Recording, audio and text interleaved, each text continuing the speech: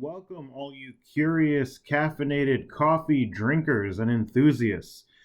Today, I have another shipment from the Atlas Coffee Club where I get a subscription service every 3 weeks, a bag of coffee from a portion of the world, small batch, comes to my home. These are the beans from this batch. I'm going to start showing the beans just to show what they look like. These smell a little nutty. I'm not going to give away where they're from.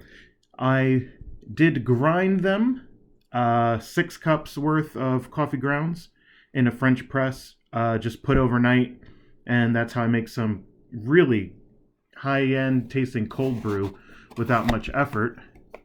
So this month, we have a very, very detailed bag of coffee. We don't yet know where it's from.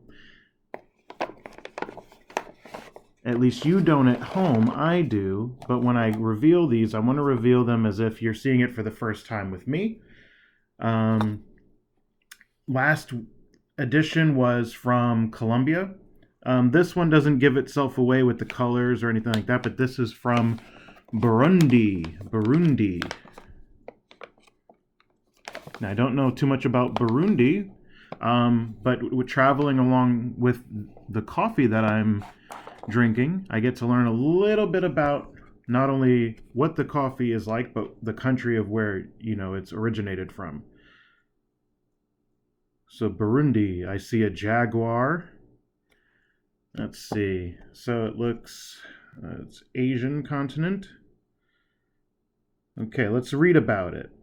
In the warmth of Burundi's sun, watch as the young nation's complex story unfolds. Illuminated by hazy morning sunbeams, centuries-old customs of poetry and song, drums and dance are born and reborn. Art forms intertwine to shape both daily life and sacred rituals. From the revered drummers of Cariende, draped in the red, green, and white of the nation's flag, to songs of artisans as they progress through the stages of creation. In the bright midday, seek meditative powers and rejuvenating energy in the Kagera waterfalls and trace the rural landscape as it tells its own history, winding from the southern source of the Great Nile River, skimming across sprawling paddy fields, and coming to rest on the soft-sanded beach. In evening shadow, lounging hippos dot the horizon. Twilight and dawn merge as Burundi continues to grapple with its painful past of division and subjugation.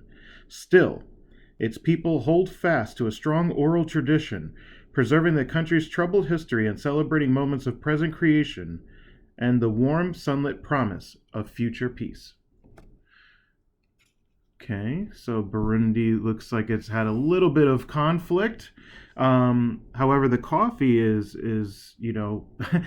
superior to the situation that they're going through. I would never have guessed tasting the coffee on its own what the culture or the country is like. The two have nothing to do with each other, but taste. It's interesting because these small batch coffees are enriching these communities. They're starting to give back, and it gives them an opportunity or a way out. So in a small way, you do feel like you're supporting them by supporting the coffee. So this is the first one where the story is very interesting, but it is kind of consistent. Where last month's shipment from Colombia, you did see that it used to have a troubled past. Now they're trying to preserve it as a World Heritage Site, and so coffee is bringing in some peace to these regions. Atlas Coffee Burundi from the Moncaze region. Tasting notes of malted chocolate, apricot, and almond. Try it with a French press, which is exactly what I did, and it does stand out, but I did not brew it in the traditional French press with hot water and serving it. I did it cold brew style, where I grinded the whole beans, rested them in the water, let it aerate, let the gases, get out, and kept it 24 hours in the fridge. So I have cold brew ready to go. Medium roast. Burundi's coffee history. After centuries of independence, the kingdom of Burundi came a colony of Germany in 1891 and ceded to Belgium in 1924. Belgium soon forced native farmers to grow coffee as a cash crop to sell it back to Belgium. After independence in 1962, both the quality and quantity of coffee in Burundi declined as civil conflicts destabilized the new country. In the 1990s, a civil war, structural government fallouts, and rampant land erosion resulted in crops destruction and neglect. After privatizing the industry in 2008 and investing heavily in infrastructure like washing stations, today 750,000 families in the small country rely on coffee as their primary source of income.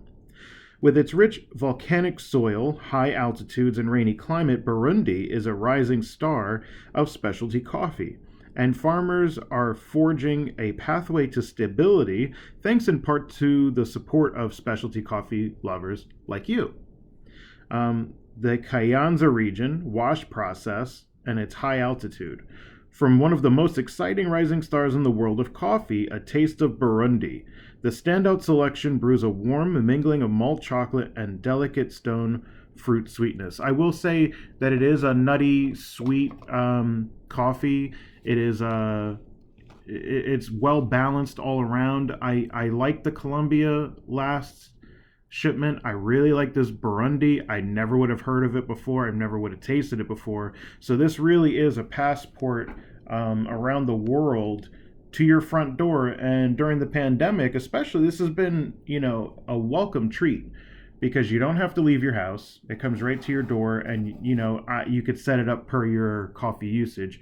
We have about 6 cups, so about a coffee cup per day each, which is a measurement of 6 cups, and every 3 weeks seems to be right on schedule. So we just finished the Colombian, and the Burundi came on Friday, so now we're right on track. You may find that you need it at once every month or once every 2 weeks, depending on how you, or maybe a treat for the office or a gift, because you can do increments of 3 months as a gift as well.